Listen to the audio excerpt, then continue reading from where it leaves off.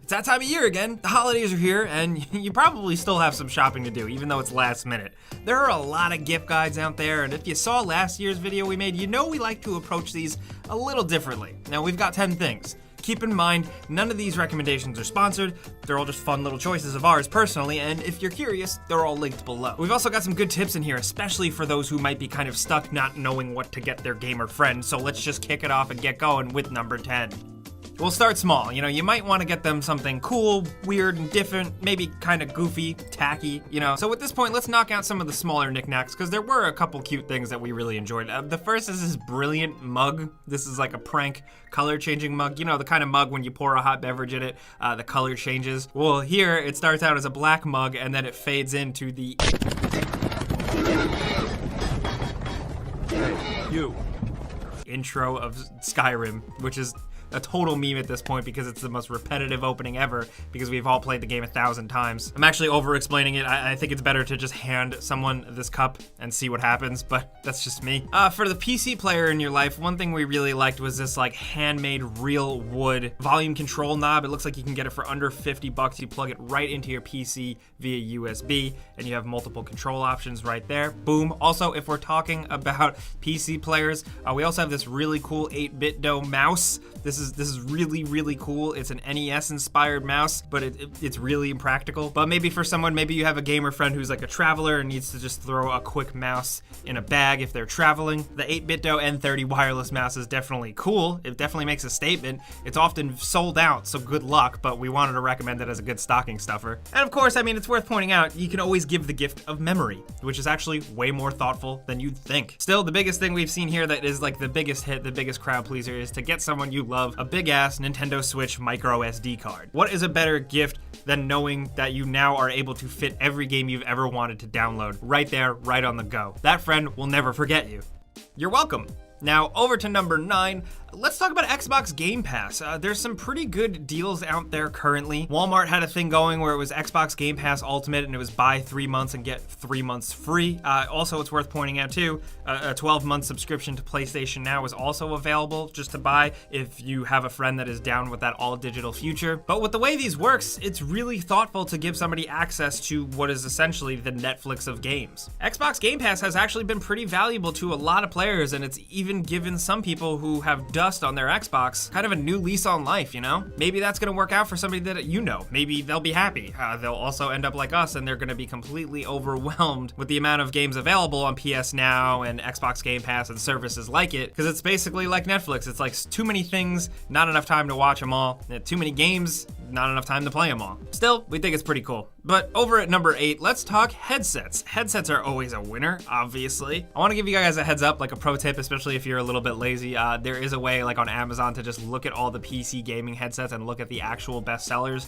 They rank them in number order. That's very easy, especially if you don't know what you're looking at or if you don't have time. But we can personally recommend a couple. The A10s, the Astros on the cheaper side are very good. The A40s on the more expensive side are also very good. The Razer Nari Ultimate has made us happy. But the HyperX Cloud 2, man, we've recommended those things quite a bit and we still love them here. There's a lot of things you gotta weigh when you are buying someone a headset. The style, do they like that crazy over-the-top RGB gamer style or not? How much do they actually care about sound quality? How are they going to be connecting it? What are they going to be connecting it to? And it's worth pointing out, as a little disclaimer, maybe consider including a gift receipt. So, they could just exchange it pretty easily and not have to worry. Because, like I said, everybody has their own different tastes and preferences in headsets, so it's important to at least account for that.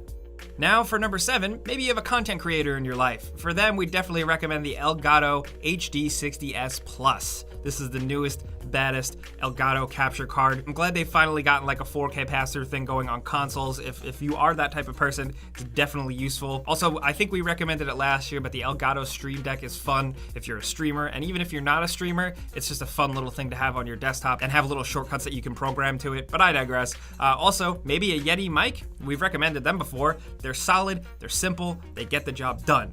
The standard Yeti is still good as hell, and you're able to find sales on it a lot, especially during holiday seasons like right now. But still, it seems like the newer rage is the Yeti Nano. It's basically a miniaturized version of its older brother. It lacks a few features, but sounds almost identical, is capable of recording in 24-bit audio, and what few features it does lack, it makes up for it being so much smaller and sleeker than its older counterpart, and it comes in at a sub-$100 price point if that's what you're looking for. Also, if we're talking about you buying gifts for a content creator or a budding content creator, definitely give them your love and support because they're gonna need it. That's my corny little aside. Moving on over to number 6, buy them merch related to their favorite games. That's obvious, of course, but don't half-ass it. I'm not talking t-shirts, Funko Pops, or posters. Think deeper. This is definitely something that some people it seems like they don't have the time to stop and think about. Do you have a friend that has a favorite video game series? Well, instead of buying them another copy of the game or even another action figure, go deeper. Maybe find vintage ads on eBay for that game that you can print out and frame. eBay is really your friend in this regard. You can always find weird, and sometimes rare stuff connected to your favorite video game or series or fandom, whatever.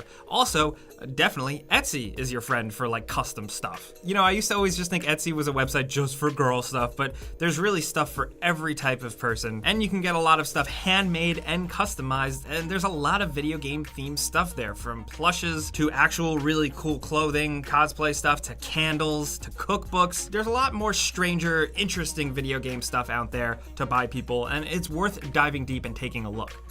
Now, on a more simple side, definitely something we're thinking about is maybe giving your friend or relative who is a gamer the gift of better control options. The newest Xbox Elite controller, the second one, is really kick-ass. And then, of course, there's the Vantage 2 for PC and PS4. That's kind of like one of the better PS4 DualShock controllers you can get that are kind of like beefed up and give you a little bit more control options. For somebody, giving them a gift and handing them a nice, expensive, maybe even overpriced controller, that weight in your hand still, regardless, is really satisfying, and it'll definitely make someone happy. You can also go the customization route, which we talked about last year. Xbox has that like Design Lab Studio where you can customize an Xbox One controller, and then if you're on the PS4 or wherever, Scuf also has a ton of options, like a crazy amount of options for just variants and customization, so you can really go wild. It's something that they're going to use every day, and you can give it a personal touch, so it's kind of nice. But now moving on over to number 4, that's all well and good for console players, but what about PC players? Well, how about an enthusiast mechanical keyboard? This is something that a lot of the guys here at the Game Ranks office has been absolutely obsessed with this year, and for good reason. This is a deep world of building and customizing your own very particular high-quality keyboards, and while we'll admit it's not usually gaming in mind first and foremost, it's still like a fun, rewarding, and deep hobby that you can dangerously get addicted to, and it can cost you a lot of money. But there is some wiggle room for gaming. The Ducky 1-2 is like the solid gaming one right now. Some esports players do use it, but there's so many different things you can do, from customized bases, keycap sets, lighting, the actual switches you use. There's a lot to this, and a friend can really kind of get into building the keyboard exactly to their specifications and have some fun. We really love tech over here, so we just wanted to point it out. Definitely consider pointing them towards r/mechanical keyboards. That's where the real hardcore stuff is. There's plenty of resources there. Go nuts. Now, down to number 3. This is a steep one, but still a special one. Kind of an obvious one, but maybe not.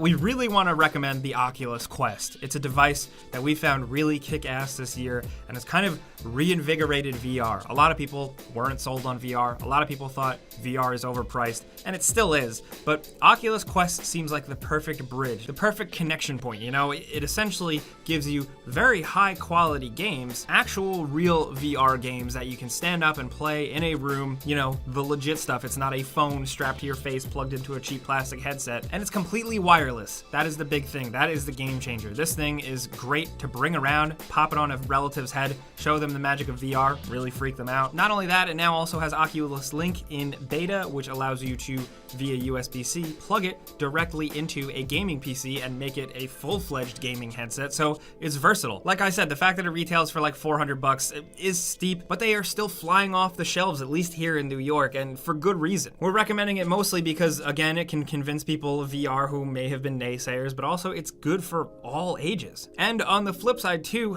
don't discount the PlayStation PlayStation VR. Sony still supports it, and just in 2019 alone, we've gotten a ton of exciting new PSVR games that are worth checking out. We like VR, we like talking about it, so we just wanted to point that out.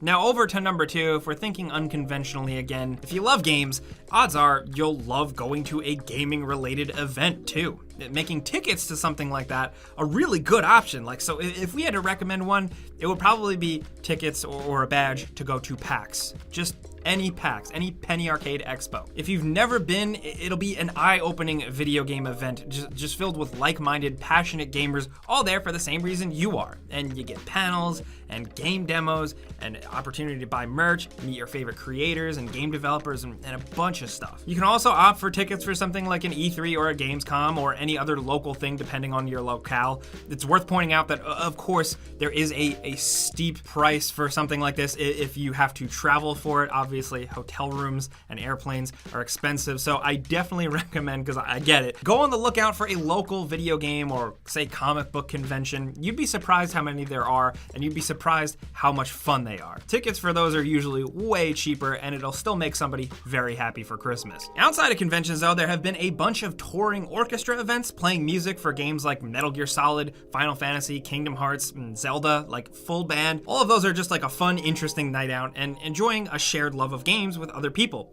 We highly recommend stuff like that. Stuff you get people breaks, deteriorates, but experiences kind of last forever.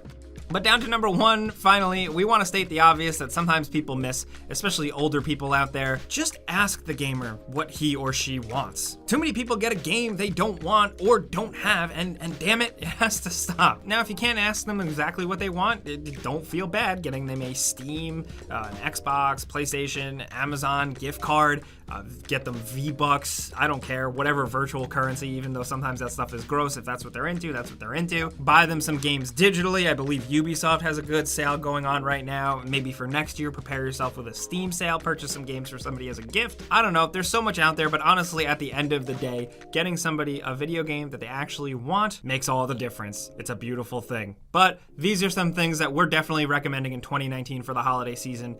Some tips that we hope actually really helped you. More than anything, we would love to know in the comments what you're going to get your friends who play video games. There's so much stuff out there, and we'd love to hear from you guys. And if you got anything for me at all, be sure to hit me up on Twitter and Instagram at Jake Baldino and send me your Christmas lists there. I'd love to see what you're buying people or getting. If you enjoyed this video and maybe it helped you a little bit, clicking the like button is the best way you can help us out. We would really appreciate that. And if you're new, consider subscribing and hitting that notification bell, because we put out videos every single day and we're not stopping in 2020. But as always, thanks for watching. We'll see you guys next time.